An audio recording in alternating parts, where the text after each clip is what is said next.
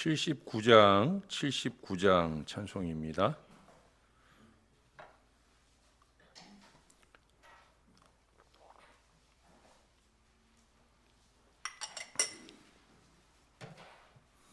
주 하나님 지으신 모든 세계 내 마음 속에 그리어 볼 때 하늘의 별 울려 퍼지는 내 성 주님의 권능 우주에 찾네.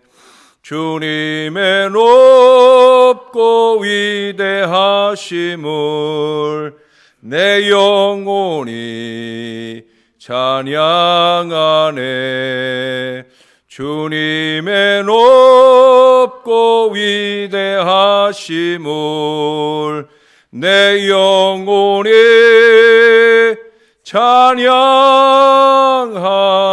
찬양하네.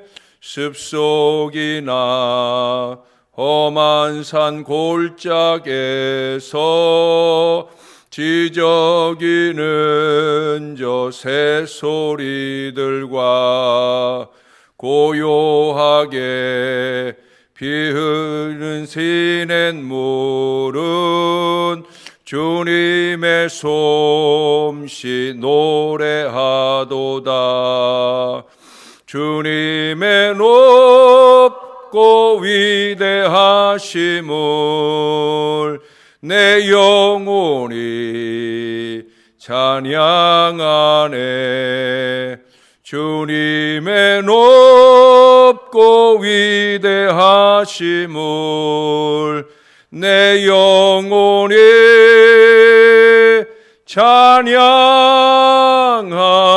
찬양하네. 주 하나님 독생자 아낌없이 우리를 위해 보내주셨네. 십자가에 피 흘려 죽으신 주 내 모든 죄를 대속하셨네. 주님의 높고 위대하심을 내 영혼이 찬양하네. 주님의 높고 위대하심을 내 영혼이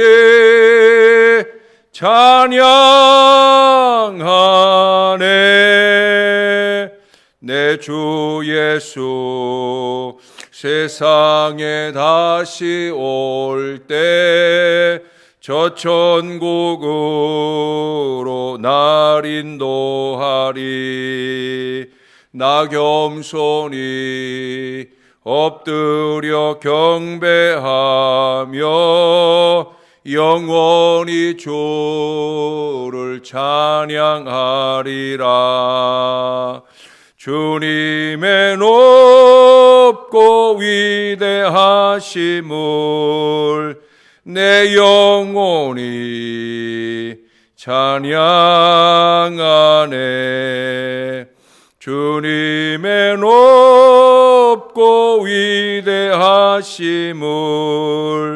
내 영혼이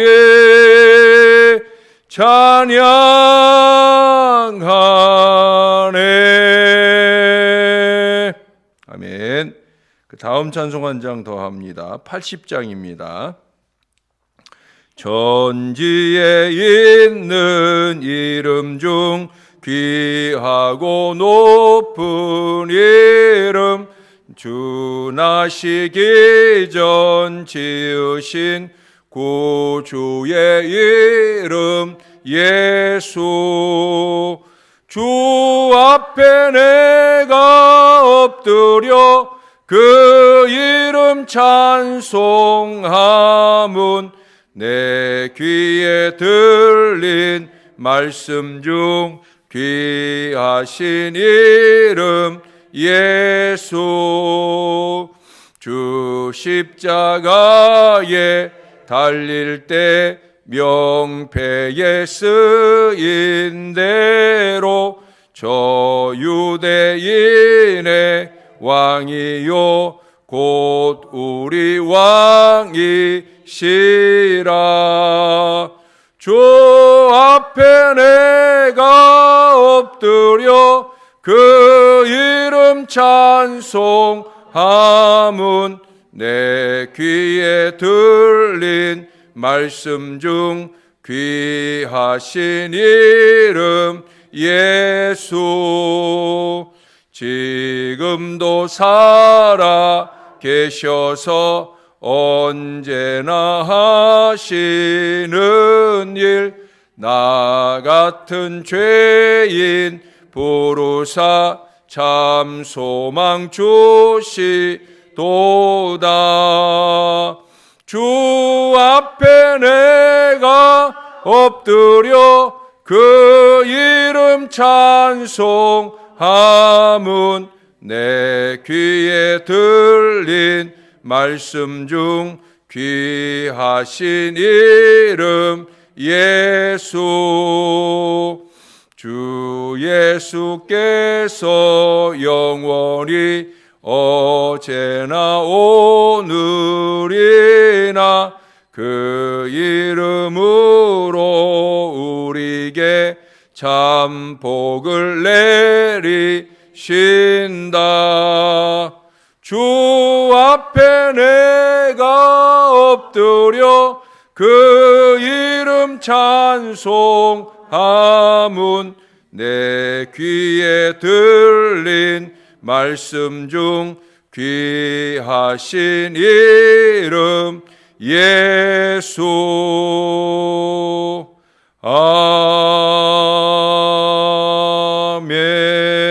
아멘. 기도하겠습니다. 참 좋으신 아버지, 참으로 감사하고 참으로 우리 하나님을 찬양하며 높이나이다.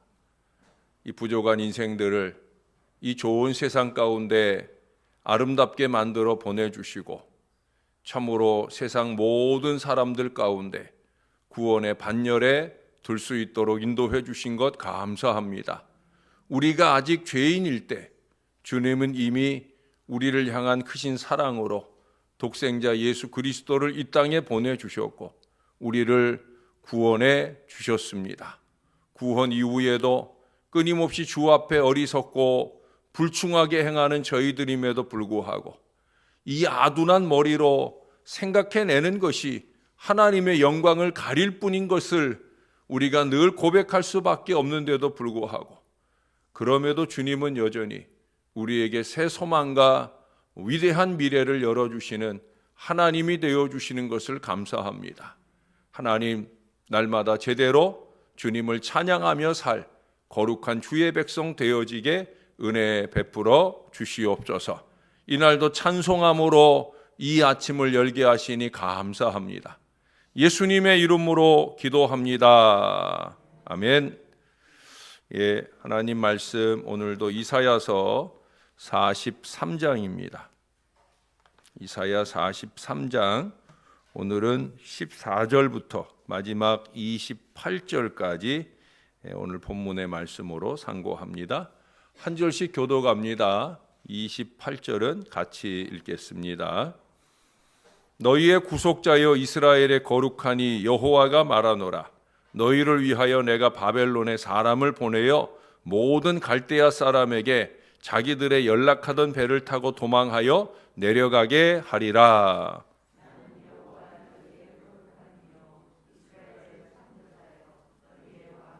나 여호와가 이같이 말하노라. 바다 가운데의 길을 큰 물 가운데에 지름길을 내고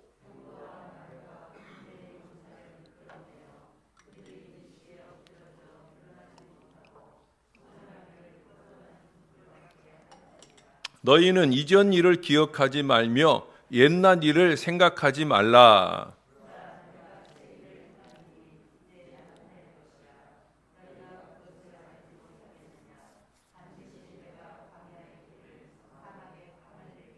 장차 들짐승 곧 승냥이와 타조도 나를 존경할 것은 내가 광야의 물을 사막의 강들을 내어 내 백성 내가 택한 자에게 마시게 할 것임이라.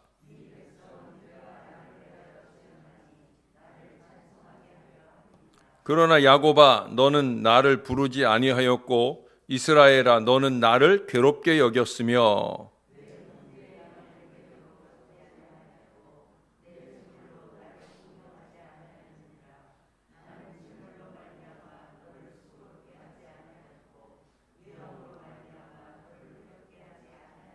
너는 나를 위하여 돈으로 향품을 사지 아니하며 희생의 기름으로 나를 흡족하게 하지 아니하고 내 죄짐으로 나를 수고롭게 하며 내 죄악으로 나를 괴롭게 하였느니라.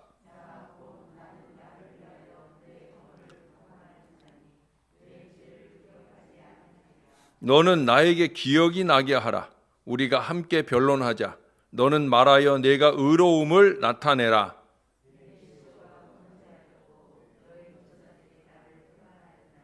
그러므로 내가 성소의 어른들을 욕되게 하며 야곱이 진멸당하도록 내어주며 이스라엘이 비방거리가 되게 하리라. 아멘. 구소련 당시에 소련의 스파이로 미국에 체포되어 그 법정에 서게 된 로젠버그라고 하는 사람이 있었습니다. 카우프만 판사라고 하는 분의 사형 언도가 그에게 내려지게 되는데 사형 선고가 내려지자 그는 거칠게 항의하면서 말하기를 판사님 공정을 기해 주십시오라고 말했다는 거예요. 그러자 그때 판사는 정의와 공정은 이미 집행되었습니다. 이제 당신이 구할 것이 있다고 하면 다만 자비뿐입니다라고 대답했다고 합니다. 우리 역시도 우리 하나님께 공정을 구할 자격이 없는 사람들이죠. 구할 것이 남았다고 하면 그저 하나님의 자비뿐입니다. 그럼에도 우리는 얼마나 많이 하나님 앞에 어리석게 큰 소리를 치며 사는지 몰라요. 자비가 아니면, 긍휼이 아니면 우리는 우리가 될 수 없는데도 불구하고 그 어리석음을 범할 때가 많이 있다는 거예요. 하나님의 전적인 자비에 의해서만 우리의 구원의 가능성이 남아있다라는 사실을 우리는 누구나 부인하지 못할 겁니다. 우리는 그렇게 우리의 과거에 있어 하나님께 내놓을 의가 없기 때문입니다. 그것은 오늘 이스라엘도 마찬가지죠. 이스라엘의 과거는 여기 22절부터 24절에서도 나열하는 대로 하나님의 택함 받은 백성으로서의 그 성실한 신앙과 헌신의 모습으로 주님을 섬기지 못했고 심지어 우리 하나님을 무시했다는 거예요. 그리고 24절 마지막의 결론은 뭐예요? 우리 하나님을 그 죄악으로 괴롭게만 하는 존재였다. 뭐 이스라엘만 그렇겠습니까? 우리들도 아마 마찬가지일 거예요. 늘 한다고 하는 일들이 하나님을 괴롭게만 하는 이 어리석은 일들을 끊임없이 자행합니다. 그런데 여러분 여기 18절의 말씀에 보니까 너희는 이전 일을 기억하지 말며 옛날 일을 생각하지 말라라고 말씀하셔요. 은혜의 보좌 앞에 이르게 된다고 하면 사실 상대적인 우리의 과거, 그 엄청난 죄악으로 오염되었던 이스라엘의 과거가 너무도 확연히 기억이 되고 부끄러울 수밖에 없는 것인데 그래서 이사야도 나를 떠나시라고 베드로도 나를 떠나시라고 내게 화라고 그렇게 고백할 수밖에 없는 게 우리의 과거의 모습인데도 불구하고 그러한 죄로 인해 과거로 인해 하나님이 책망하시고 계속 그 대가로 인해 겪는 그 고통 중에 놓아두셔도 우리는 불평조차 할 수 없는데 불구하고 뜻밖에도 오늘 하나님은 하나님 편에서 오히려 기억하지 말라고 말씀하셔요. 그것도 한 번만 아니라 반복해서 말씀하셔요. 나 곧 나를 위하여 내 허물을 도말하는 자니 내 죄를 기억하지 아니하리라. 25절에 아주 더 분명하게 하나님께서 오히려 기억하지 않겠다고. 나도 기억하지 않을 테니까 너도 기억하지 말아라. 마치 채권자한테 미안해서 늘 숨어 다니고 도망 다니는 채무자에게 채권자가 찾아왔을 때는 얼마나 깜짝 놀랐겠어요. 아, 또 돈 달래나 보다. 근데 그게 아니라는 거예요. 채권자가 찾아와서 먼저 손수 찾아와서는 다 없었던 걸로 해주겠다. 예? 그렇게 말씀하고 있는 거예요. 근데 여러분, 여기 25절에서 기억하지 아니하시는 하나님의 전제가 있어요. 그 전제되는 구절이 중요합니다. 뭐라고 그래요? 나 곧 나는 나를 위하여. 나 곧 나를 위하여. 이게 무슨 말인고 하니 그 앞에 여러분 21절을 보세요. 이 백성은 내가 나를 위하여 지었나니 나를 찬송하게 하려 함이니라. 아주 유명한 성경 구절이에요. 세례받은 사람이라면 잊지 않고 기억해야 될 성경 구절입니다. 왜냐하면 웨스트민스터 소요리 문답 제1번 예수를 믿게 되는 사람에게 첫 번째 질문이 이거거든요.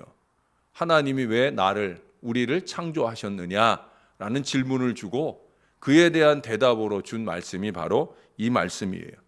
하나님이 왜 나를 창조했나? 우리 인간을 창조했나? 그것은 우리 하나님을 찬송하게 하려 함이다.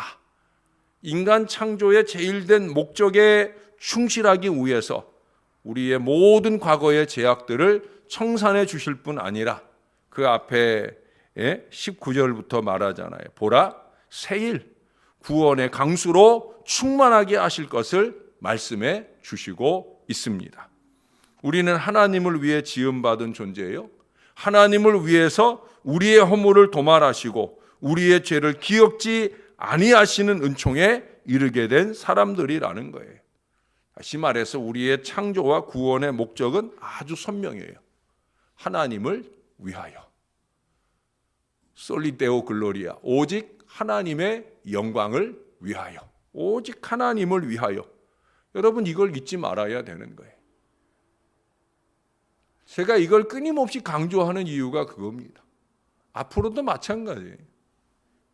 여러분의 귀가 달고 닳도록 이것을 강조할 거예요. 왜? 이걸 위해서 우리가 창조되었으니까. 이걸 위해서 우리를 구원하셨으니까. 여러분, 이 모든 것은 하나님의 이기심의 발로가 아닙니다.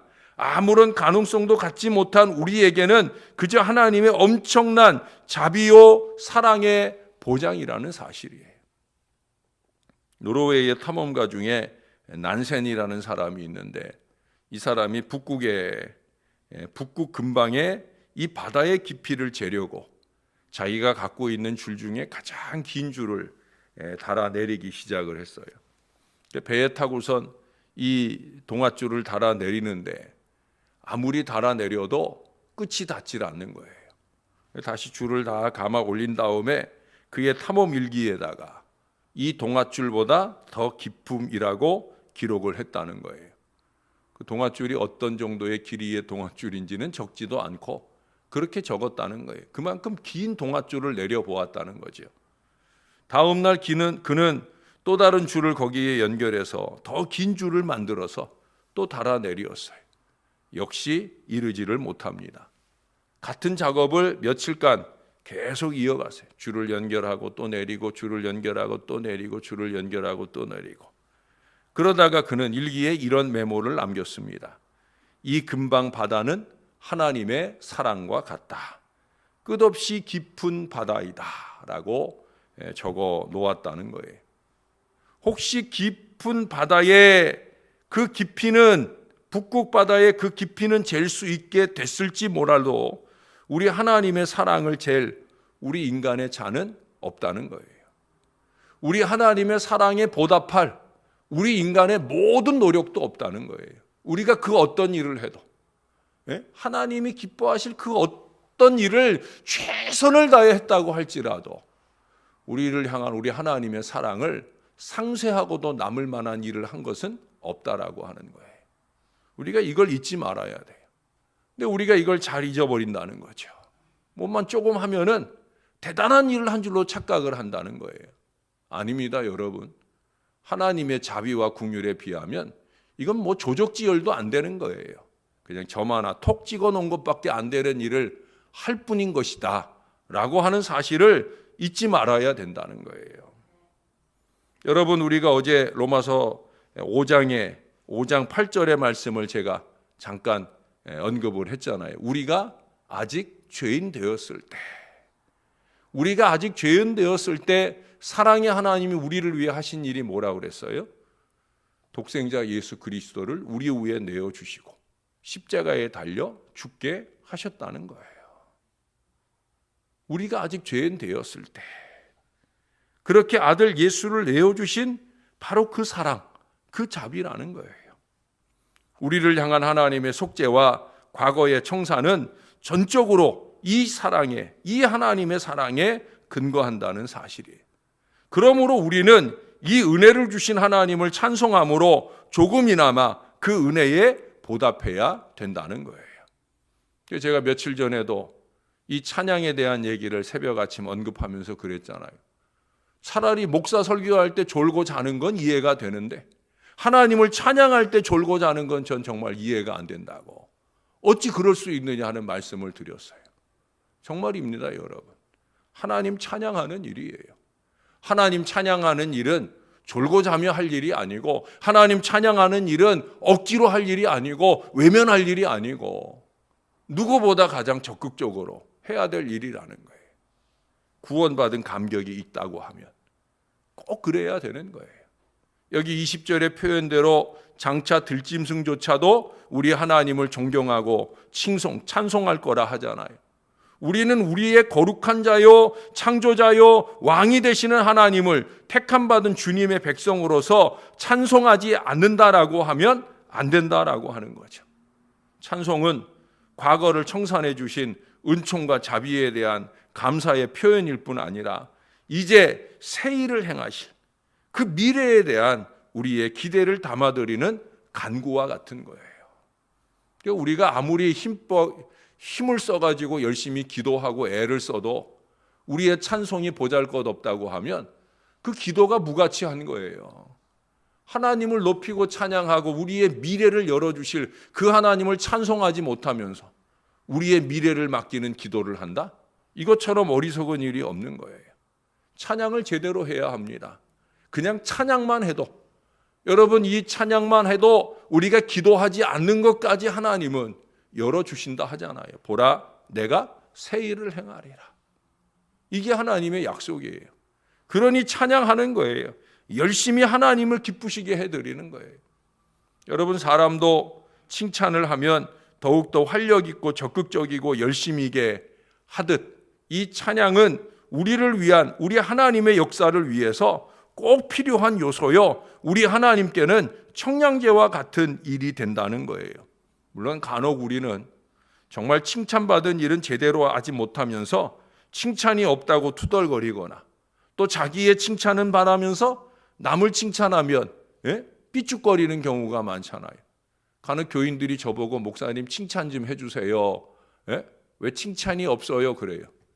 근데 저는 칭찬 안 해요. 왜? 칭찬을 하면 그 칭찬을 칭찬으로 박수 쳐줄 마음들이 안 돼 있으니까. 남을 칭찬하면 그 칭찬에 환호작약해야 되는데 입을 삐죽거리는 사람들이 더 많으니까. 그래서 칭찬하기가 두려워요. 또 나의 칭찬이 교만을 자극할 수도 있고 이 땅에서 칭찬하고 나면 영원한 천국에서 받을 상급이 없으니까 우리는 그렇게, 아까도 말씀드렸잖아요. 아무리 대단한 일을 했어도 하나님이 우리를 위해서 베풀어 주신 자비와 긍휼에 비하면 아무것도 아니라는 거죠. 그러니 우리는 칭찬받을 자격이 사실 없는 사람이에요. 그러나 하나님은 아니라는 거죠. 우리 하나님은 항상 찬양 받으시기에 합당한 하나님이시다. 구원받은 이 감격을 마음속 깊은 곳에서부터 끄집어 올려서 우리 하나님께서 영광을 얻으실 그 찬송과 감사와 헌신으로 드릴 수 있어야 된다는 거예요. 날마다 감사할 이유가 여기에 있습니다. 날마다 찬양할 이유가 여기에 있습니다. 더욱더 크신 자비와 긍휼이 여러분과 여러분의 가정에 충만할 수 있기를 위해서 더 열심 있게 주님을 찬양하고 영광을 올려드리는 저와 여러분의 아름다운 헌신의 삶이 될 수 있기를 우리의 구주 되시는 예수님의 이름으로 간절히 축원합니다. 기도하겠습니다.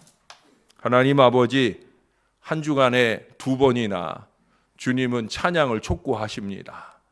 주님이 찬양에 목말라서가 아니라 주님을 찬양하는 것이 너무나 당연하기에, 주님께 감사하는 것이 너무나 당연하기에, 우리의 모든 것을 바쳐 헌신하는 것이 너무나 당연한 것이기에 주님은 말씀하시고 또 인치듯 우리를 교훈해 주시나이다. 주님 깨어나게 도와주옵소서. 정신 차리게 도와주옵소서. 우리의 모든 것을 다 바쳐 헌신하며 영광을 올려드린들 우리를 향해 독생자 예수 그리스도를 주신 우리 하나님의 사랑과 자비에 비할 수 없는 것임을 늘 잊지 말게 도와주시옵소서. 우리를 창조하신 것, 우리를 구원하신 목적이 선명하게 우리의 가슴 속에 새겨 있도록 도와주시옵소서. 하나님, 곧 하나님의 영광을 위하여 언제나 이 마음 놓치지 말게 하시고 이 마음 가지고 최선을 다하여 주의 기쁨을 이룰 수 있게 도와주시고 우리의 찬양과 헌신을 다 마치고 난 뒤에라도 언제나 다시 또 하나님의 영광을 위하여 한 일이라 겸손히 고백할 믿음이 저와 이 모든 자녀들에게 넘치게 도와주옵소서. 그래서 하나님이 계획하신 바대로 우리와 우리의 미래를 위해 우리 주님께서 베풀어 주실 새롭고 놀라운 일들이 우리에게 늘 기대되어지는 이 믿음으로 살게 하여 주시옵소서. 누가 보더라도 하나님이 보실 때 이와 같은 은총과 축복의 미래를 살기에 부족함이 없는 거룩한 찬양의 인생들 다 되도록 하나님 우리를 붙들어 주시옵소서. 오늘도 부족한 저희들을 통해 우리 하나님 영광 받으시는 하루를 잘 살아가도록 노력하겠습니다. 저희와 동행하여 주시옵소서. 감사합니다. 예수님 이름으로 기도합니다. 아멘.